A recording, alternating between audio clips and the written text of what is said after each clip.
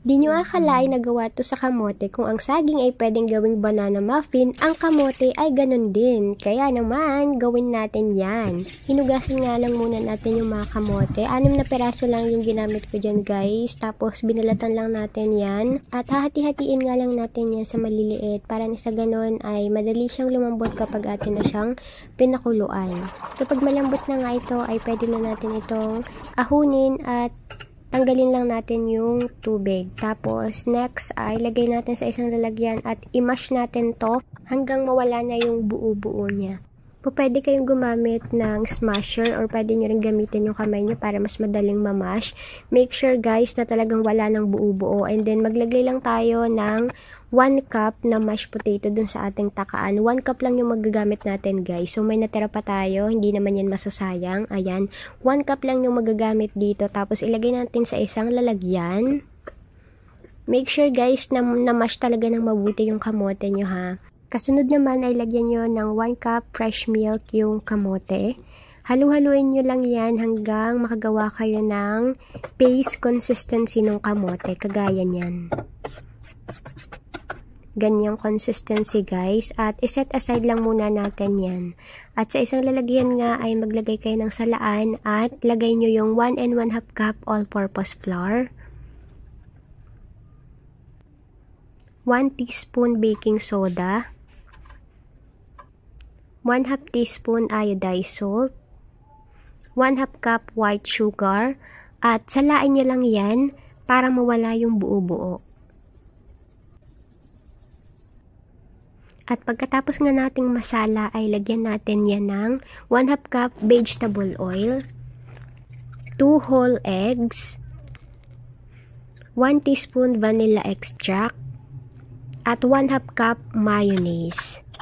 Isinod na nga din natin ang 1/2 cup condensed milk. Nag-adjust pala ako dyan guys ng 1/2 cup ng condensed milk. So, bali 1 cup condensed milk yung nailagay natin dyan. Hindi ko na lang naipakita. At halu-haluin lang natin yan ng mabuti para mag-incorporate yung mga ingredients na ilalagay natin. At kapag ganyan na nga yung consistency, ay ilagay na natin yung kamote paste na nagawa natin kanina. Ayan. Ihalo na natin siya.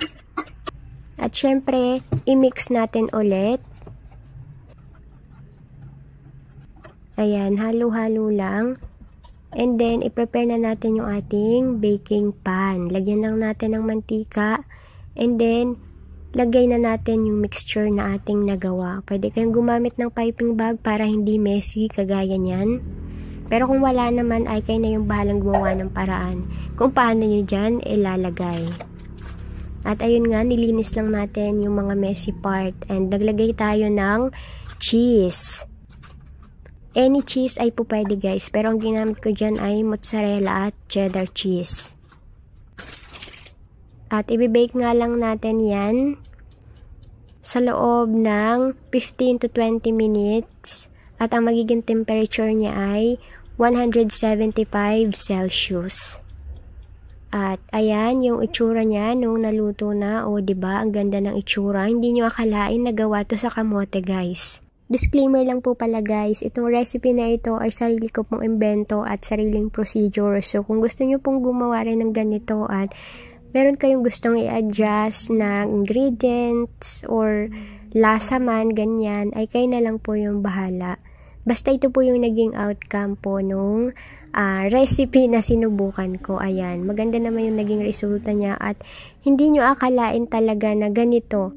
Sobrang lambot at fluffy niya guys. At yung lasa niya, hindi nyo akalain, masarap din. Masarap din yung ating kamote cheese muffin. Ayan, pwedeng ilaban yung kanyang lasa. Kaya kung gusto nyo subukan, ay ilalagay ko na lang din sa description yung mga ingredients natin. Masarap siyang pang merienda, masarap siyang pang baon, kaya subukan nyo na rin. Kaya naman, presenting kamote cheese muffin. Tara guys, merienda tayo! Wow!